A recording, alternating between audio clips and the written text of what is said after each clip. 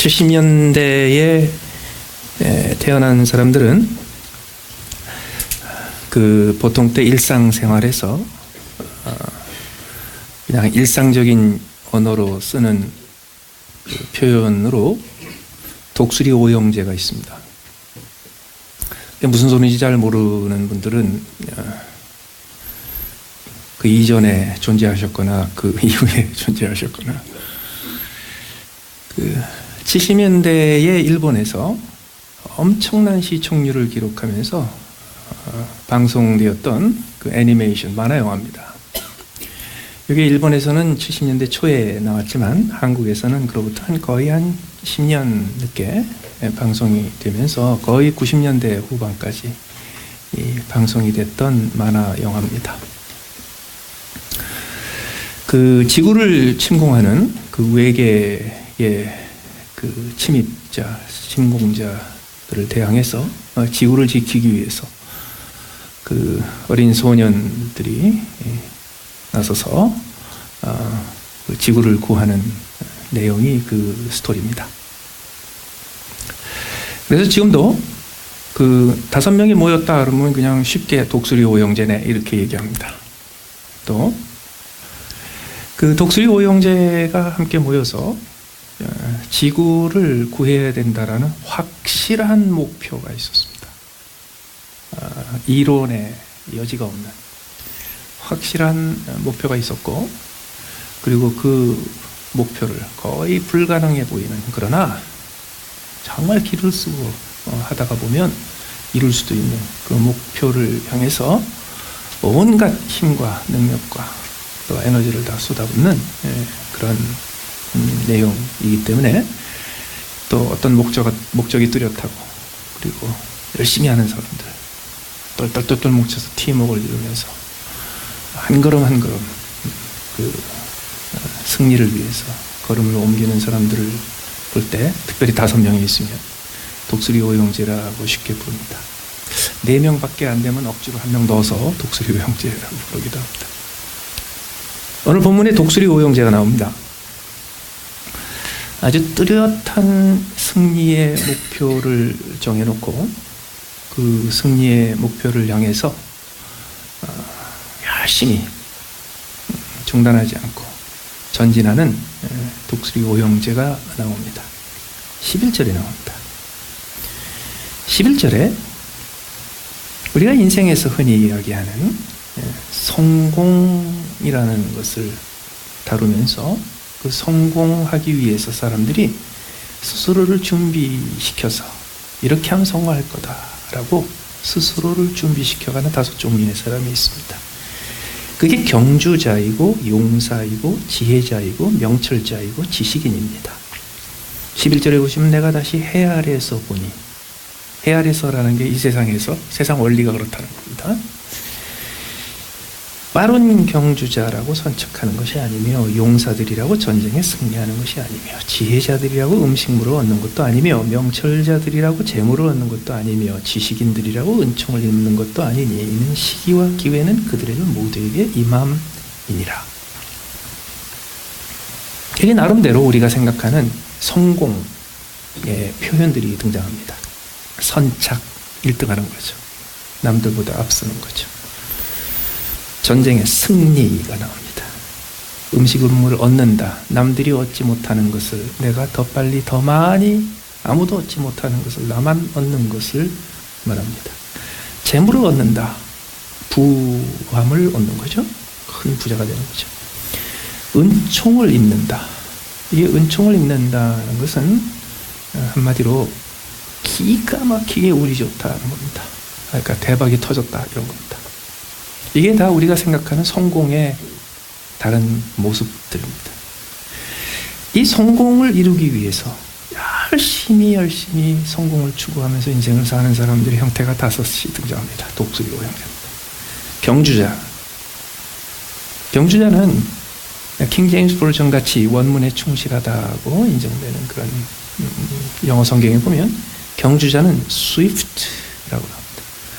빠른 사람입니다. 뭐든지 빠릅니다. 남들보다 한 발짝이라도 빠릅니다. 동작이 빠릅니다.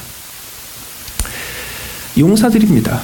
용사들은 그냥 전투에서 뛰는 군사들이라는 뜻이기보단 strong, 능력이 많은 사람입니다. 빠르면 성공한다. 남들보다 힘이 있고 능력이 있으면 성공한다. 그 뜻이죠. 세 번째로 지혜자가 등장합니다. 지혜자는 세상 돌아가는 것, 인생 돌아가는 것을 누구보다 먼저 빨리 아는 사람들입니다. 특별한 능력이죠.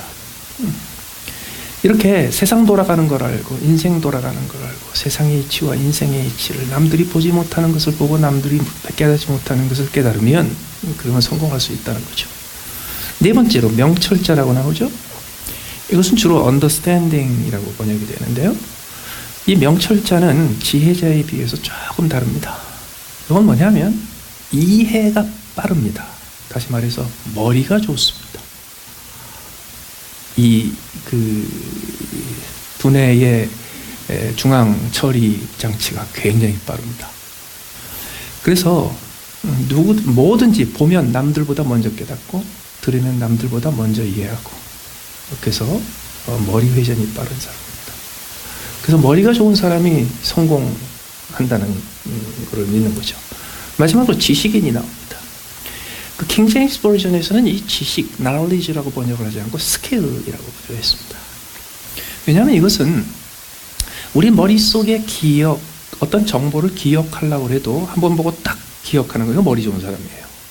그런데 머리 좋은 사람 말고 머리가 아주 좋진 않아도 많은 것을 기억하는 사람은 어떻게 기억하냐 하면 반복을 합니다. 계속 반복을 하면 기억이 됩니다. 또 손에 익은 기술, 이것도 반복으로 얻게 됩니다. 남들이 그냥 한두 번 하고 그냥 포기할 때 100번, 1000번을 반복하면 그게 내 기술이 됩니다. 그래서 마지막에 나오는 이 지식인은 사실 기술인이고, 이 기술인은 내가 가지고 있는 지식, 알, 그리고 기술이 많다는 뜻입니다. 그렇게 되면 성공할 수 있다는 거죠.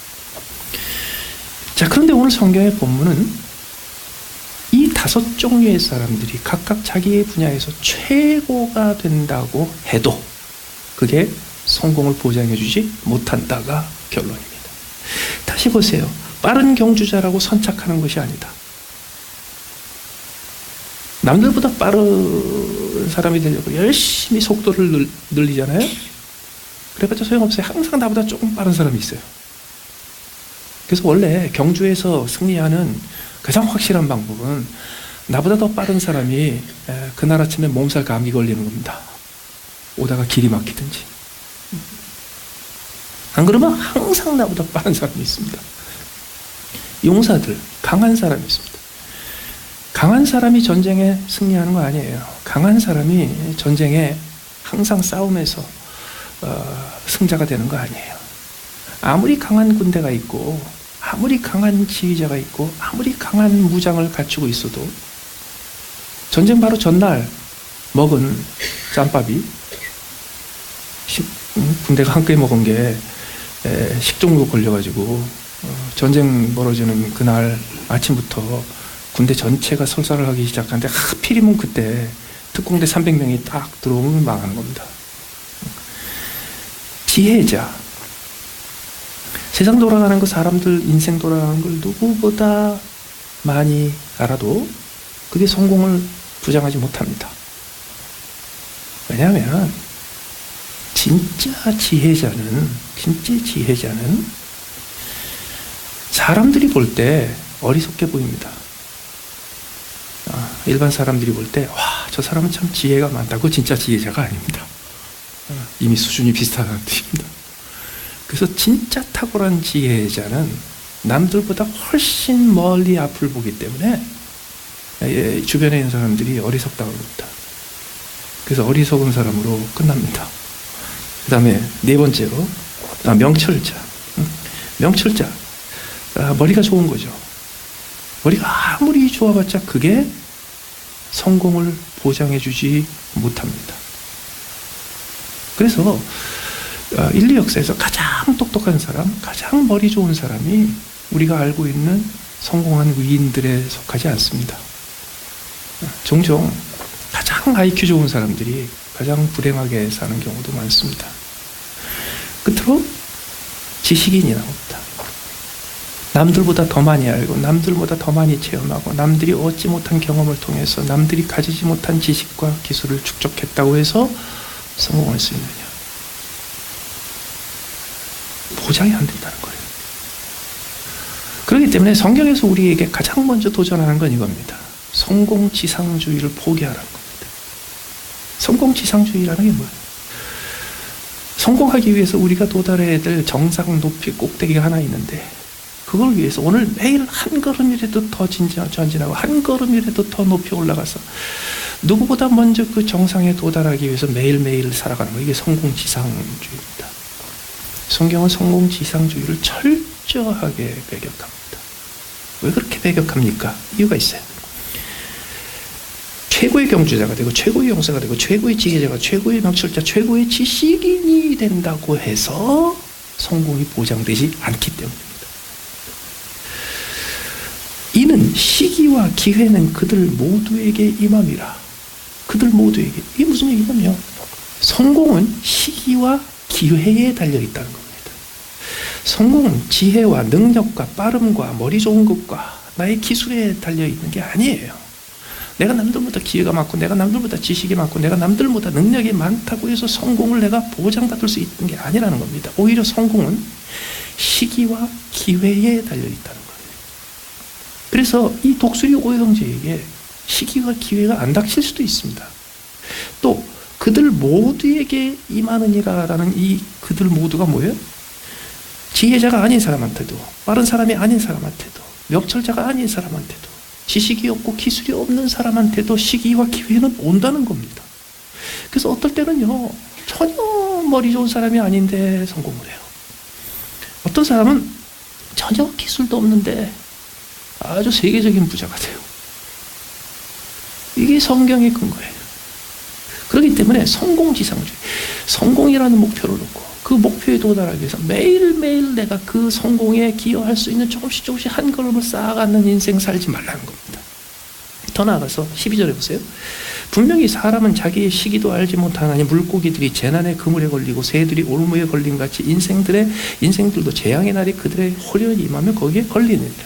자 보세요. 성공하는 것도 성공의 기회가 시기에 맞게 찾아와야 성공하는 거지, 내게 있는 능력이 뛰어나다고 성공을 내가 만들어낼 수 있는 게 아니란 말이죠.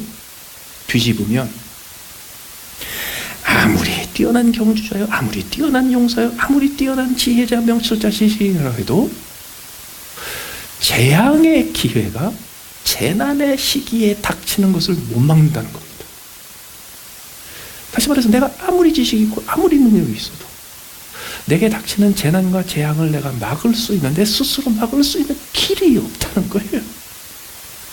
바울은 깜짝 놀랄 거는요, 분명히 사람은 자기의 시기도 알지 못하나니, 내가 재앙과 재난도 막을 수 있는 능력이 없고 또 내가 성공의 시기와 기회도 내가 만들어낼 수 있는 능력이 없을 뿐더러 성공의 기회와 시기가 언제인지 알 길이 없어요. 그게 내일인지 10년 후인지도 몰라요.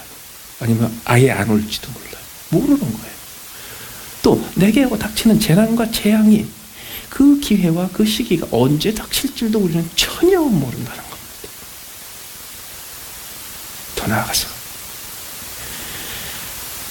아무런 준비가 되어있지 않고 아무런 능력이 입증되지 않고 아무런 업적도 없는 사람한테 덜커덕 성공의 기회와 시기가 올 수도 있어요. 왜?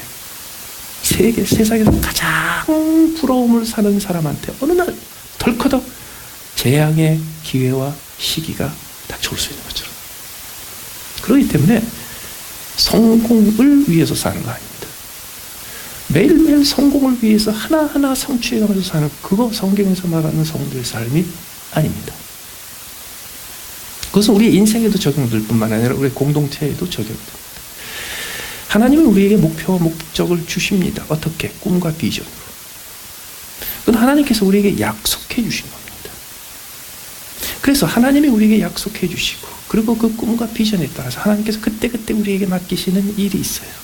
그러나 그 일을 하나하나 쌓아서 이렇게 하면 반드시 성공할 거다, 이렇게 하면 반드시 우리 성도가 이 세상에서 축복받을 거고, 이렇게 하면 반드시 우리 교회가 이 땅에서도 수적으로나 양적으로나 겉으로 보이는 외향적으로나 성공이라고 불리는 축복을 받을 거다. 그건 아니라는 거예요. 그럼 어떻게 해야 됩니까? 성공 지상주의를 포기하면 그럼 우리는 매일매일 삶을 어떻게 살아야 합니까? 오늘 본문의 앞에 전반부에 그 답이 나옵니다. 매일 기쁘게 살라는 겁니다. 매일 기쁘게 살라는 거예요.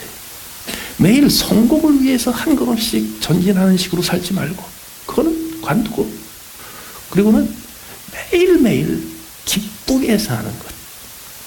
매일매일 기쁨을 놓치지 않고 사는 것. 그게 성도의 삶입니다. 어떤 기쁨입니까? 오늘 본문에 4가지 종류의 기쁨이 나옵니다. 7절 보세요. 너는 가서 기쁨으로 내 음식물을 먹고 즐거운 마음으로 내 포도주를 마실지어다. 이걸 딱 보는 순간, 거봐요, 성경이 알코올을 금지하지 않았잖아요. 이런 분들 계시는데, 이거는요, 하도 그 동네 물이 안 좋아가지고, 그래가지고 포도에서 난 주스 같은 거 마시지 않으면, 포도나무와 포도가지와 포도 열매가 일단 걸러준 걸 마시지 않으면 맨날 식중독 걸리니까 그걸 마신 겁니다. 독일에서는 워낙에 물이 안 좋으니까 맥주를 마신 거고. 그래서 이거는요, 밥을 먹을 때, 그냥 매일 일상적인 밥을 먹을 때, 삼시세끼 밥 먹을 때, 삼시세끼 먹은 거는 얼마 안 됐습니다. 인류가 보통 2끼 먹었지. 삼시세끼 먹으면서 갑자기 현대병들이 생긴 거나 마찬가지. 그래서 삼시세끼 그냥 정해진 끼니 먹을 때, 그때 건더기만 먹는 게 아니고 국물 먹잖아요. 그때 함께 먹는 국물 얘기입니다. 그걸 보리차를 드시는 분들은 보리차고, 아이스워러를 드시는 분들은 아이스워러고, 거기다가 뭐 미소숲 하나 넣고 드시는 분들은 미소숲. 이게 무슨 얘기냐면 매일매일 반복되면서 끼니가 되어서 먹는 그 음식을 먹을 때 즐거움으로 먹으라고, 기쁨으로 먹으라고요. 즐거운 마음으로 마시라고. 매일매일 그거를 즐거움으로 삼으라는 거예요. 여기서 또 그냥 뭐 맛집만 쫓아다니면서 저 뭐 워싱턴에 있는 무슨 그 미슐린 뭐 스타 받은 데만 쫓아다니면서 그러라는 얘기가 아니에요. 아침에 먹은 거, 어제 저녁에 먹은 거 다시 꺼내가지고 데워 먹고, 그런 매일매일 끼니를 먹는 그 끼니에 먹고 마시는 거를 즐거워하고 기뻐하라는 거예요. 두 번째로, 내 의복을 항상 희게 하며 내 머리에 향기름을 그치지 아니하도록 할지어다. 가꾸는 거. 내 외모를 가꾸는 거. 외모를 가꾸되, 자 보세요. 내 의복을 금실로 치장을 하며, 공주와 같이, 이거 아니죠. 뭐라고 나와요 거기? 내 의복을 항상 희게 하며. 그러니까 빨래 좀 하라는 거예요. 빨래하고 거기다가 깨끗하게 표백제 다 넣어서 깨끗하게 해서 그거를 깔끔하게 풀맥에서 다려서, 그래서 깨끗하고 정갈하게 옷을 입으라는 거예요. 그래서 옷을 깨끗하고 단정하게 입는 것을 기쁨으로 삼으라는 겁니다. 그리고 기왕 옷을 입을 거면 얼굴에 좀 찍어 바르기도 하고, 머리카락도 좀 이쁘게 좀 빗고, 그것도 뭐 무슨 뭐 돈 들여서 뭐 수술하고 업그레이드하고 그런 거 말고, 의복을 항상 희게 하는 것처럼 내 머리에 향기름이 그치지 않게 하는. 다시 말해서 엊그제 바른 거 그냥 계속 두고 이런 게 아니고, 계속해서 내게 아름다움을 더하고 정결함을 더하고 깨끗함을 더하는 외모를 깨끗하고 정갈하게 유지하는 것을 즐거움으로 삼으라는 거예요. 세 번째로 9절, 내 헛된 평생의 모든 날, 곧 하나님이 해 아래에서 내게 주신 모든 헛된 날에. 이게 헛되다가 2번씩 나오는데요. 내 헛된 평생의 모든 날. 그럼 못 알아들 것 같으니까 한 번 더 얘기하는 겁니다. 곧 하나님이 해 아래에서 내게 주신 모든 헛된 날에. 이거 왜 헛되다? 우리의 인생의 모든 날은 헛됩니다. 하루도 헛되지 않는 날이 없습니다. 왜 그런 소리 하냐? 전도서는 그래서 허무주의요, 염세주의요, 뭐 그런 차원이 아니에요.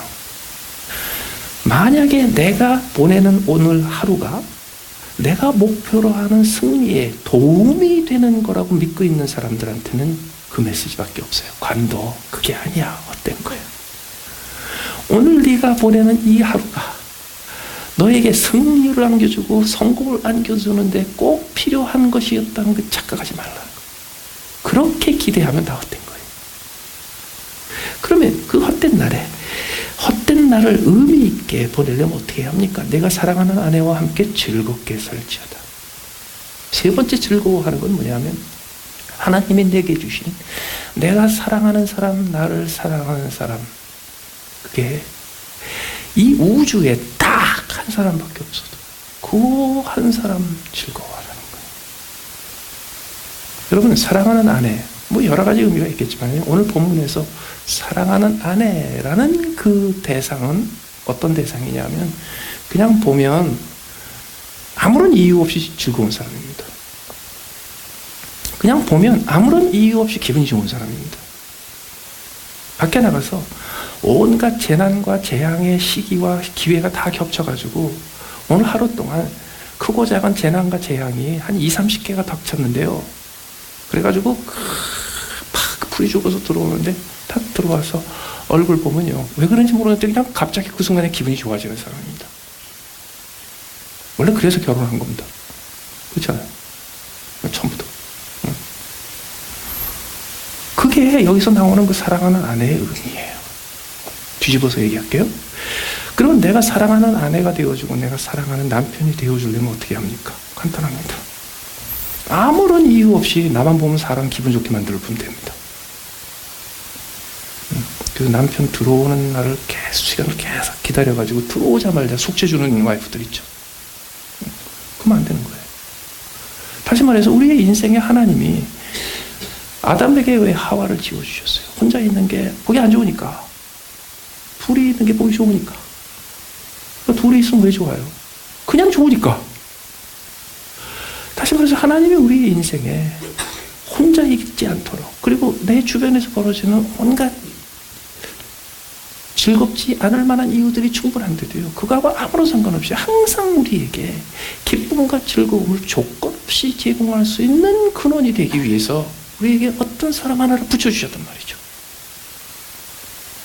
또 나가서 아내 또는 남편이 하나님이 내게 주신 한 사람, 내가 늘 기뻐할 수 있고 늘 즐거워할 수 있는 사람인데요, 정말 축복받은 사람들은 어떤 사람이냐면 그런 사람이 아내 말고 또 있어. 그러니까 두 번째 아내가 있다는 뜻이 아니고 내가 보면 항상 나를 기분 좋게 해주고 이유 없이 내가 즐거워지는 사람들이 아내 말고 친구가 있고 동료가 있고 후배가 있고 선배가 있고 이웃이 있고, 어떨 때는요 부모 자식 간이 그런 관계가 되면 참 좋겠는데 이게 부모 자식 관계가 참 여러 가지로 얽힌 게 많아가지고요, 보기만 하면 항상 즐겁고 뭐 이럴 안 그럴 때가 많아요. 보면 짐되고 부담되고 근심되고 걱정되고 그럴 때가 참 많아요. 그런데 가족이요, 그리고 영원히 하나이고 영원히 끊어질 수 없는 관계인데 남편과 아내의 사이는 어떤 관계에서 시작한 거예요? 어떤 만남에서 시작한 거예요? 그냥 보는 순간 기분 좋은 거. 왜 그런지 모르는데 보는 순간 즐거운 거. 이거를 지켜주는 거예요.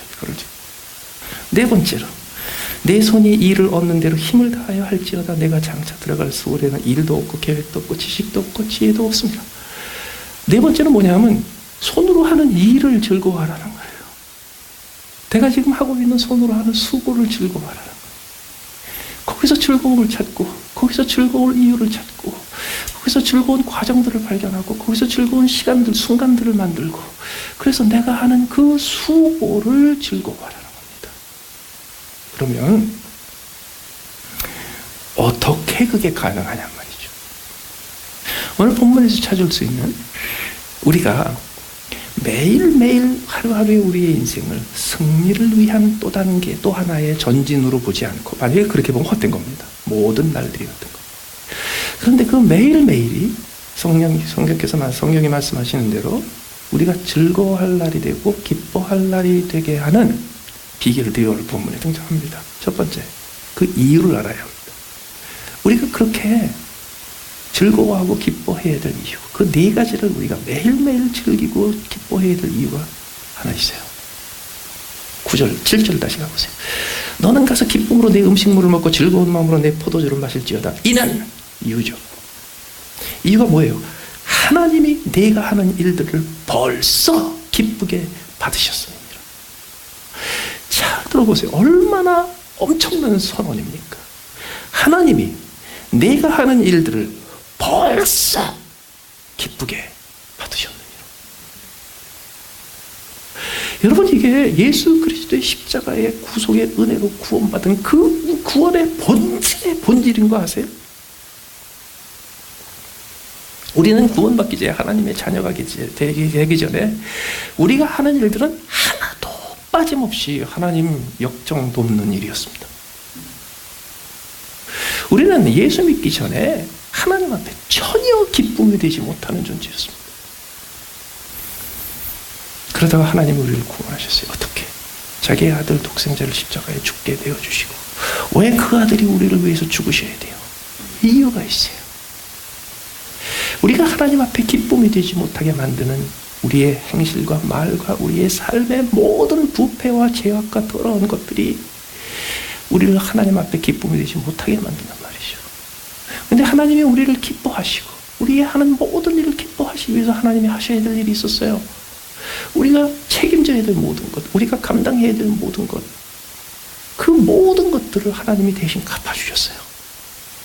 그리고 하나님께서는 이제 더 이상 나한테 책임을 묻지도 않고 책임을 전가할 필요도 없고 나를 탓할 이유도 하나도 없이 만들어 놓으셨기 때문에 내가 하는 모든 행동은 하나님 앞에 하나도 탓할 만한 게 못 됩니다.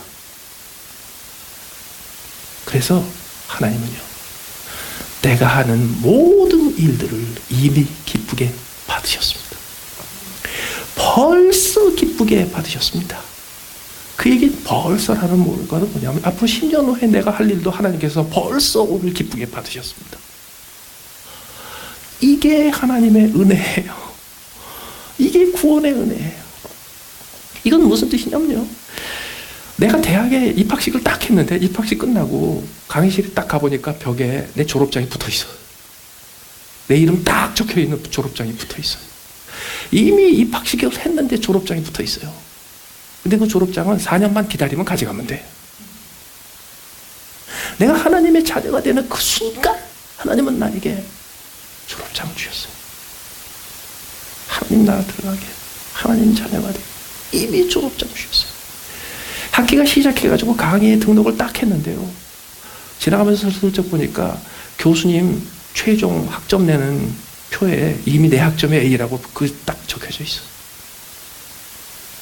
하나님이 예수 그리스도의 십자가의 보혈의 공로로 우리를 용서하실 때 우리를 영원히 의롭다 하셨어요. 다시 말해서 하나님 눈에는요, 영원히 죄를 한 번도 지은 적이 없는 사람으로 보여요. 얼마나 놀라워요. 얼마나. 그런데 우리는 하나님이 최종 심판자로, 최종 채점자로, 최종 결제자로 우리의 모든 한 행동과 할 일들을 다 벌써 기쁘게 받아주셨는데 내가 안 기뻐? 왜? 성공이 안 됐거든. 그래서 기뻐해야 돼. 즐거워해. 두 번째로, 기쁘게 살기 위해서 어떻게 기쁘게 사느냐? 찾아야 합니다. 기쁜 이유들을 찾아야 합니다. 어떻게 기쁜 이유를 찾는가? 우리가 하는 모든 일에, 우리가 하는 모든 수고는요, 한순간 한순간 빠짐없이 다 기분 나쁜 것만 있는 게 아니에요. 오늘 하루 24시간의 인생에서 도대체 기뻐할 수 있는 일들이 하나도 없고 항상 기분 나쁜 일만 수천 가지 벌어지고 하루가 끝나는 거 아닙니다. 왜냐하면 시기와 기회는 축복의 시기와 기회도 있고 재난의 시기와 기회도 있는데 그거는 항상 몰려와요.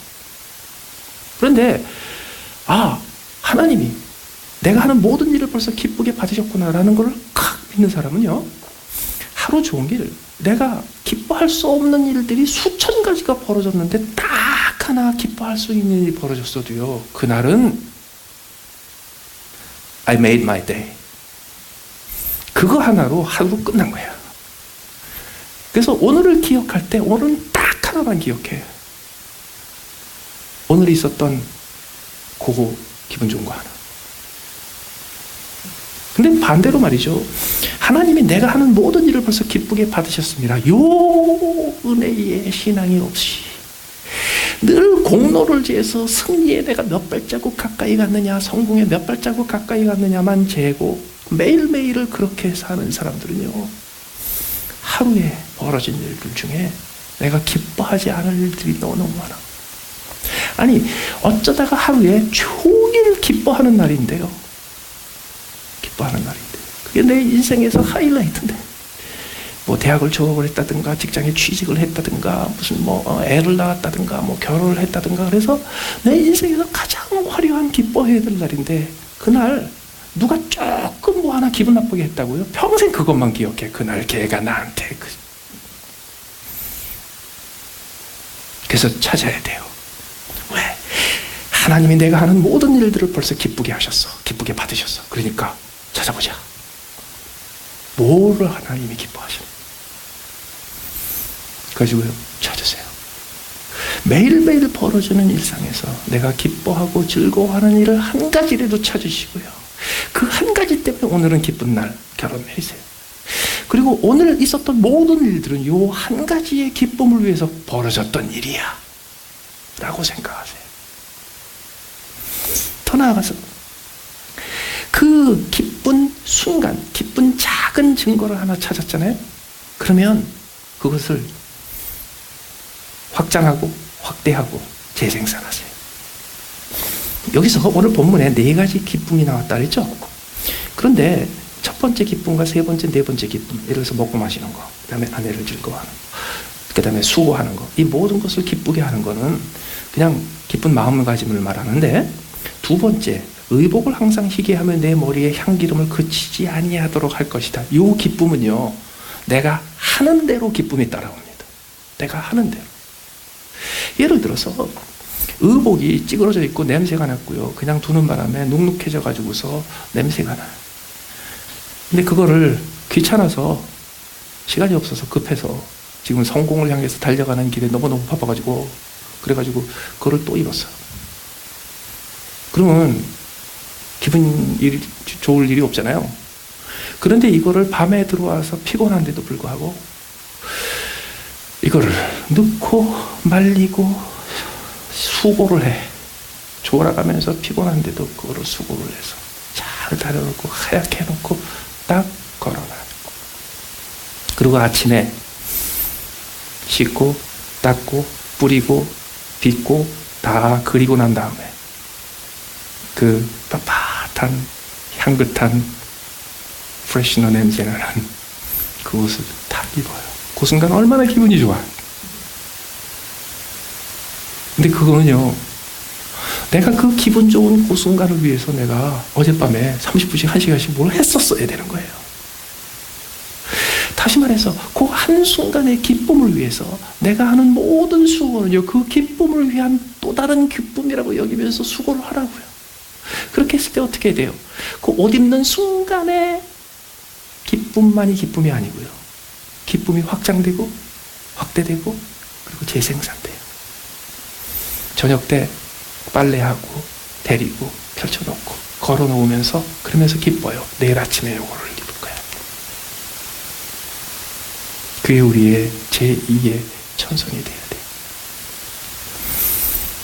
마지막으로 감사하는 겁니다.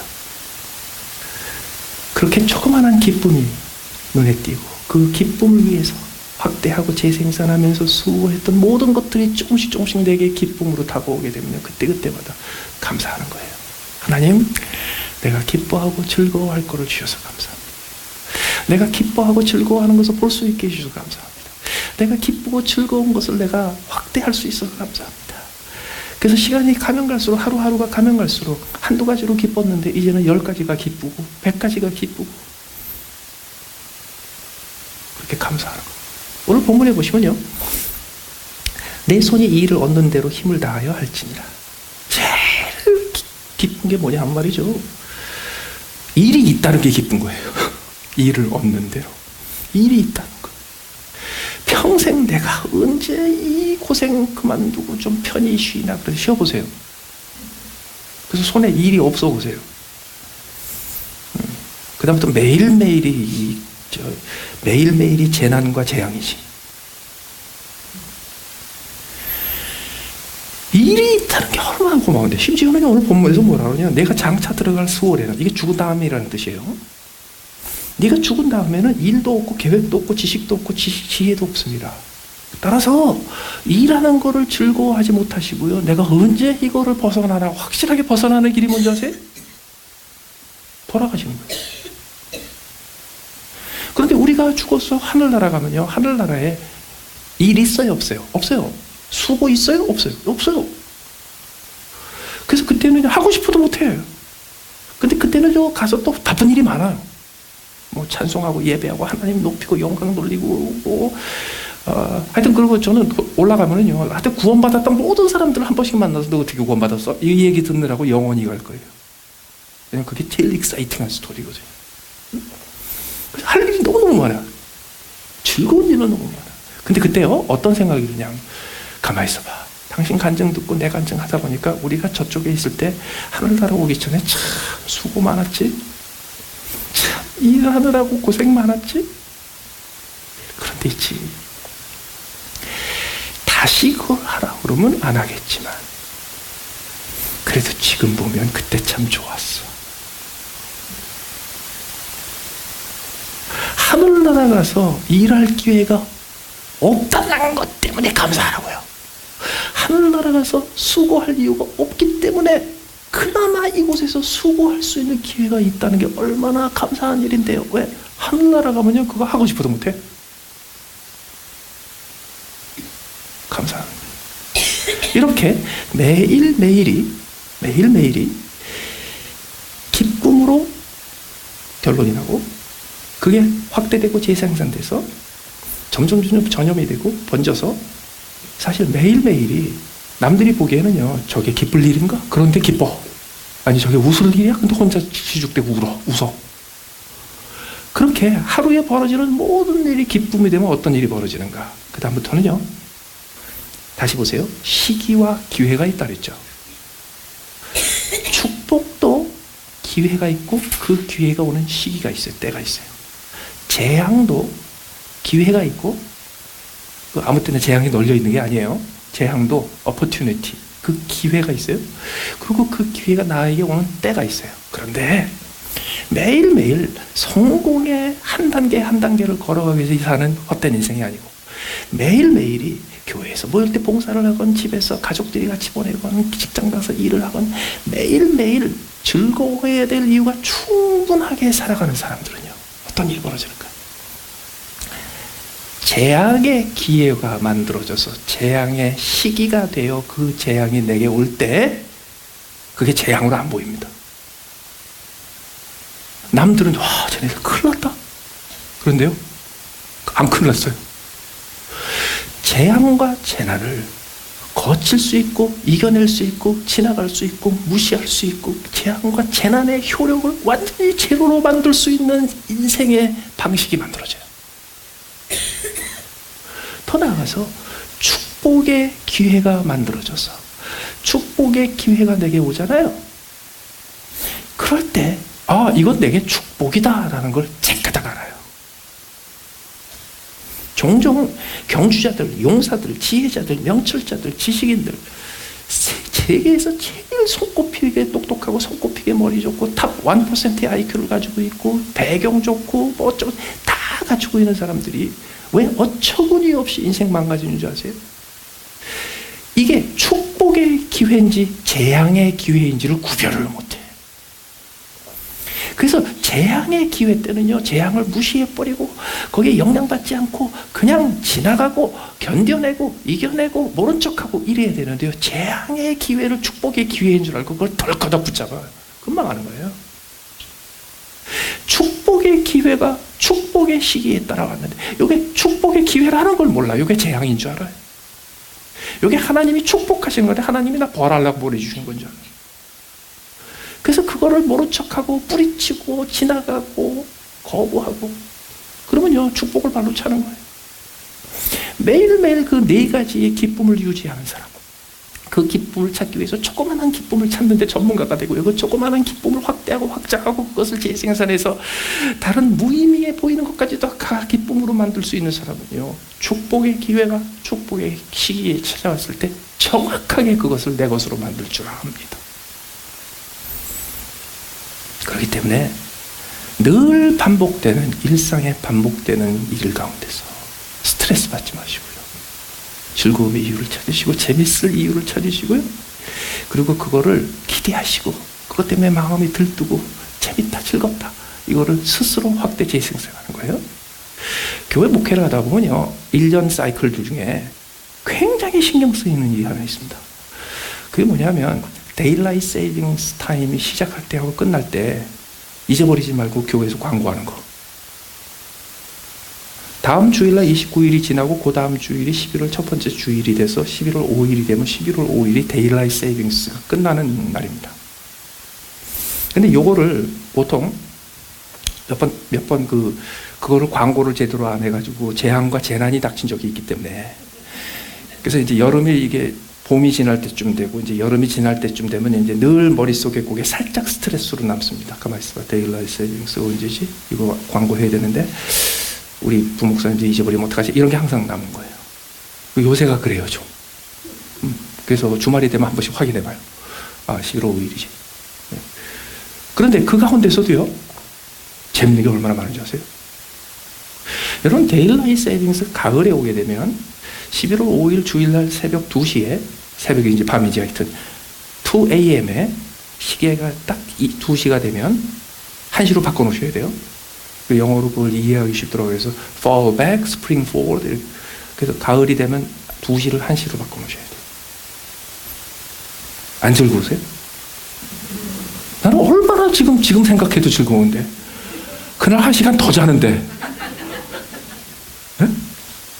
근데 그게 축복이라는 것을 모르는 사람은요, 그걸 재앙으로 바꿔요. 1시간 더 자지 참, 그리고 2시간 늦게 자. 네? 그걸 축복으로 받을 줄 몰라요. 그날 1시간 더 자요. 그래서 평상시대로 주무세요. 그래서 1년에 한 번 하루 1시간 더 자는 거. 와. 그 다음에 그거 아세요? 1시 반이 돼서 30분이 더서 2시가 됐잖아요. 근데 2시가 되면 1시로 돌려놓으라며. 그럼 30분 지나면 다시 1시 반이 되잖아요. 1년에 딱 한 번 1시 반을 2번 지나가는 때가 그때입니다. 신기하지 않아요? 재밌지 않아요? 그럼 갑자기 또 어떤 분도 이런, 근데 목사님, 그러고 보니까 그러네요. 그날 1시 반이 2번 지나가네요. 어떻게 구별을 하죠? 그럴까봐 다 구별하는 방법이 있어요. 첫 번째 1시 반은 1:30 Eastern Daylight Saving Time이고, 두 번째 1시 반은 1:30 Eastern Standard Time이에요. 근데 그 정도 신경 쓰실 필요 없고, 왜냐면 그 시간에 잘 거거든. 근데 주무시면서요, 야, 오늘 밤에 나는 1시 반을 2번 지난다. 재밌잖아요. 근데 또 하나 재밌는 거 있어요. 오늘 제가 이 말씀 드렸잖아요.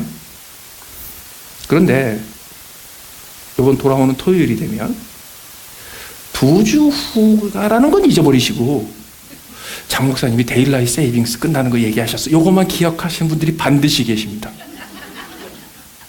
그래서 토요일 날 잠자다가 일어나가지고 가만히 있어봐, 시계 바꿔놔야지. 그래서 시계 바꿔놓는 분들 계세요. 한두 분은 꼭 계세요. 그래서 저는 또 뭐가 또 재밌냐면, 이제 다음 주일날 아침에 1시간 일찍 오는 분이 계실 거다. 목사님이 바꿨다 그랬잖아요 라고 말하는 분이 반드시 한 분은 계실 거다. 얼마나 재밌어. 얼마나 즐거워. 그래서 있죠, 하나님이 내가 하는 일들을 벌써 기쁘게 받으셨다, 이거를 믿는 사람은요, 눈을 똑바르죠. 재밌는 것만 찾아, 즐거운 것만 찾아. 내 하루의 인생에서 즐거운 순간만 찾아, 기뻐할 순간만 찾아. 내가 하는 일들 중에서 뭔가 기쁜 거 즐거운 거 하나를 찾아. 그리고 나머지는 다 그 기쁜 거 즐거운 그걸 하기 위해서 보조한 거예요. 보조. 그거 하려고 다 수고한 거예요. 그러니까 그것도 다 기쁘고 즐겁죠. 왜? 기대감이 있잖아요, 기대감이. 그럴 때 하나님이 하나님의 시간표대로 우리의 인생에서 필요하기 때문에 어떨 때는 재난의 기회를 만들어 재난의 시기를 거쳐가게 하실 때 그게 재난으로 안 보여요. 그것도 재밌어 보여. 하나님이 축복의 기회를 만들어서 우리에게 축복의 시기에 축복을 보내주실 때 그게 축복이라는 걸 체크하다가 알아요. 그리고 그게 지나가지 않고요. 내 앞에 떨어지게 잡아요. 그게 영원히 의롭다함을 인정받고 영원히 하나님께서 주시는 세상에 빼앗지 못하는 평안을 누리면서 살아가는 하나님의 자녀의 삶의 모습이에요. 오늘도 눈 뜨고요. 사방 두리번거리면서 살피면서 내 인생에서 기쁨의 순간들을 찾아내시기를 바랍니다. 그리고 그 기쁨의 순간들을 확대하고 확장하고 재생산하셔서 오늘 하루가 그런 일이 있었나? 라고 모르고 지나갈 정도로 기분 나쁜 거, 즐겁지 않은 거, 언짢은 거 싹 지워지고 오늘 하루에 기쁘고 즐거운 사건들, 기쁘고 즐거운 기억들만 가득 차서 며칠 후에 오늘 주일날을 기억하면요, 그냥 좋은 것만 있었던 날로 기억하는 이 하루가 되시기를 예수님의 이름으로 축원합니다. 우리 같이 기도하시겠습니다.